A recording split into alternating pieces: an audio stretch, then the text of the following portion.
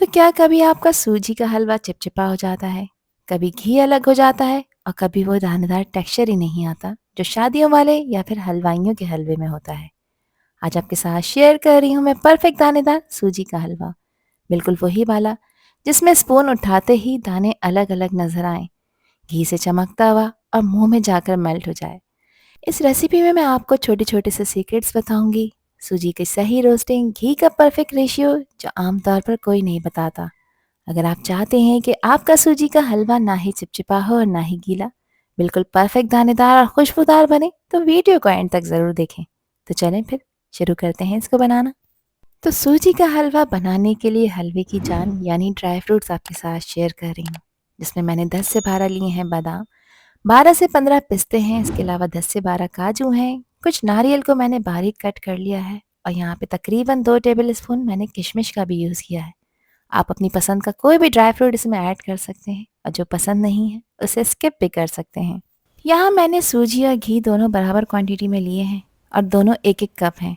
दानेदार हलवे का सबसे इम्पॉर्टेंट रूल यही होता है कि सूजी और घी का बिल्कुल इक्वल रेशियो हो।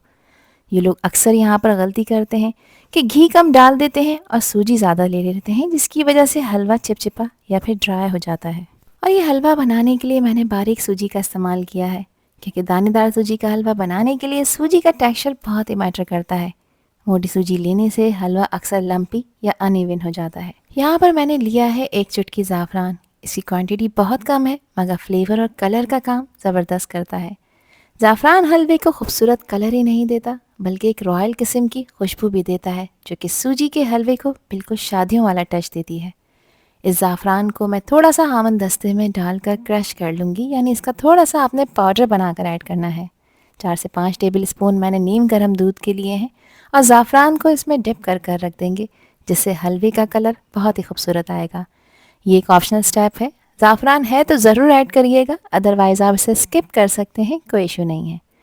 अब हलवा बनाने के लिए सबसे पहले जो मैंने घी का रेशियो आपके साथ शेयर किया है, इसमें से 2 टेबल स्पून घी को हम अलहदा कर लेंगे, क्योंकि सबसे पहले यहाँ पर जो ड्राई फ्रूट्स हैं उनको रोस्ट करना है। सबसे पहले मैं इसमें बादाम, काजू और पिस्ते का इस्तेमाल कर रही हूँ, क्योंकि इनका जो रोस्टिंग टाइम है वो अलहदा होता है।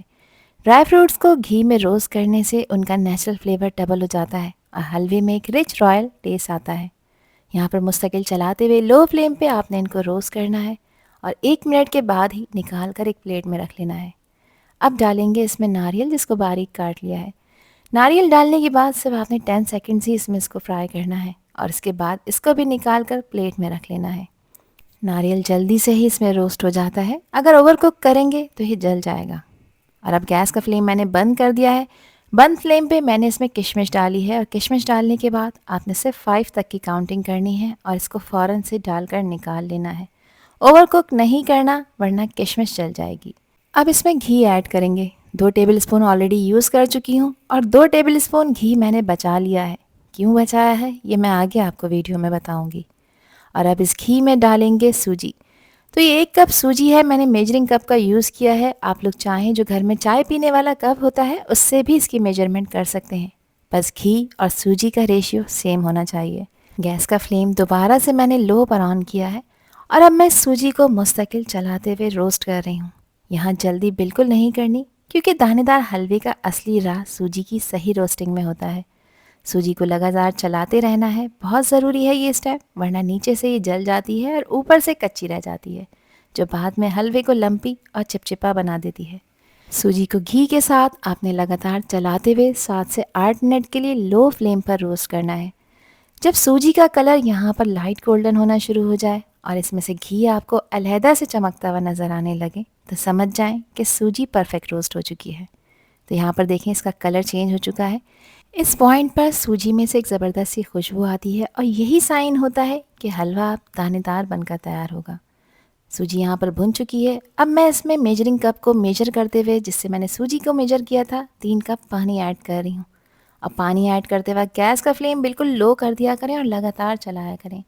हमेशा याद रखें कि जितनी सूजी का आप इस्तेमाल कर रहे हैं उसका 3 गुना आपने इसमें पानी का यूज़ करना होता है। मैंने 1 कप सूजी का यूज़ किया था तो 3 कप पानी डाला है। अगर आधा कप सूजी है तो फिर आपने 1.5 कप पानी ऐड करना है। अब इसे लगातार चलाते रहेंगे जब तक कि ये हलवा एक जगह इकट्ठा ना होना शुरू हो जाए। 1 से 2 मिनट ही लगेंगे और हलवे का टेक्सचर यहाँ पर थिक होना शुरू हो जाएगा। सूजी का हलवा दानेदार तभी बनता है जब इसमें एग्जैक्ट मेजरमेंट आप पानी की यूज़ करें, इसलिए अंदाज़ा नहीं, प्रॉपर 3 कप पानी ही यूज़ करना है। गैस का फ्लेम लो है और लो फ्लेम पर अब मैंने यहाँ पर मेजरिंग कप को मेजर करते हुए इसमें 1 कप चीनी ऐड की है। अगर आप ज़्यादा मीठा खाना पसंद करते हैं तो 2 से 3 टेबल स्पून आप इसमें मज़ीद ऐड कर सकते हैं। अब चीनी को भी इसमें चलाएंगे सिर्फ 1 से 2 मिनट के लिए और उसके बाद गैस का फ्लेम ऑफ करेंगे। चीनी मेल्ट हो चुकी है, फ्लेम मैंने ऑफ कर दिया है, जिसकी वजह से इसका टेम्परेचर डाउन होगा और इस पॉइंट पर चीनी में से जो पानी रिलीज़ होगा उसी से ही हमारा हलवा बहुत ही ज़्यादा जूसी और दानेदार बनकर तैयार होगा। अक्सर लोग यहाँ गलती कर देते हैं कि फ्लेम ऑन ही रखते हैं, जिसकी वजह से चीनी कैरेमलाइज हो जाती है, हलवे का कलर और टेस्ट दोनों ख़राब हो जाता है। अब ज़रा यहाँ पर आप इसका टेक्सचर चेक करें, कितना ज़बरदस्त स्मूथ और दानेदार हलवा बनकर तैयार हुआ है। अब इस पॉइंट पर जो ड्राई फ्रूट्स रोस्ट कर रखे थे उसको मैंने यहाँ पर क्रश कर लिया है, काट लिया है, ये इसमें डालेंगे। ज़ाफ़रान वाला दूध मैं इसमें ऐड कर रही हूँ, जो इस हलवे को एक खूबसूरत गोल्डन कलर ही नहीं देगा बल्कि इसकी खुशबू को भी एक रॉयल टच देगा, जो इसके टेस्ट को नेक्स्ट लेवल पर लेकर चला जाएगा। ड्राई फ्रूट्स को इस स्टेज पर ऐड करने से हलवे में इवनली डिस्ट्रीब्यूट हो जाते हैं। अब अच्छी तरह से इसको मिक्स कर लेंगे ताकि हर बाइट में रिच टेस्ट और हल्का सा क्रंच फील हो। हलवे की खुशबू को सुपर से ऊपर करने के लिए इसमें मैंने 4 सब्ज़ इलायचियाँ शामिल की हैं, जिसको मैंने कूट कर इसमें ऐड किया है। इससे खुशबू बहुत ही कमाल की आएगी। अब मैं इस हलवे को अच्छी तरह से मिक्स कर लूँगी और ज़रा यहाँ पर आप इसका टेक्सचर चेक करें। इस स्टेज पे हलवा स्मूथ भी है और इसके दाने अलग अलग नज़र आ रहे हैं। अब इसमें जो 2 टेबल स्पून मैंने देसी घी बचा कर रखा था ये इसमें ऐड कर देंगे। ये घी क्वांटिटी में ज़्यादा करने के लिए नहीं है बल्कि हलवे को फाइनल शाइन और खुशबू बढ़ाने के लिए है। इस लास्ट स्टेज पर घी ऐड करने से हलवा ग्लॉसी हो जाता है और इसके दाने और भी ज़्यादा क्लियर हो जाते हैं और टेस्ट बिल्कुल शादियों वाला आ जाता है। इस स्टेप का स्किप मत करिएगा क्योंकि हलवा बन तो जाएगा मगर वो प्रोफेशनल फिनिश मिस हो जाएगी। तो चलें अभी खूबसूरत से बाउल में मज़ेदार दानेदार इस गरम गरम हलवे को सर्व कर लेते हैं। ज़रा आप चेक करें कि कैसे हलवा चम्मच से नीटली लिफ्ट हो रहा है और बाउल में डालते ही फैल नहीं रहा। ये परफेक्ट टेक्सचर की पहचान है। हर दाना अलग अलग है, घी की हल्की सी शाइन है और ज़ाफ़रान और ड्राई फ्रूट्स की रॉयल खुशबू बिल्कुल वही जो शादियों वाले या हलवाइयों के हलवे में मिलती है। इस हलवे का सबसे अच्छा पॉइंट ये है कि ठंडा होने के बाद भी दानेदार रहता है और टेस्ट ज़्यादा इन्हेंस हो जाता है। इसको आप स्टोर कर सकते हैं 1 हफ्ते के लिए अपने रेफ्रिजरेटर में, जिस वक्त दिल चाहे माइक्रोवेव में गर्म करें और इन्जॉय करें। आई होप कि ये रेसिपी और वीडियो आप लोगों को पसंद आई होगी।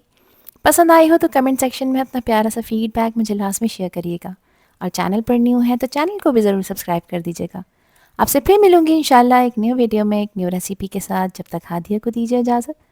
अल्लाह हाफिज़, अल्लाह निगहबान।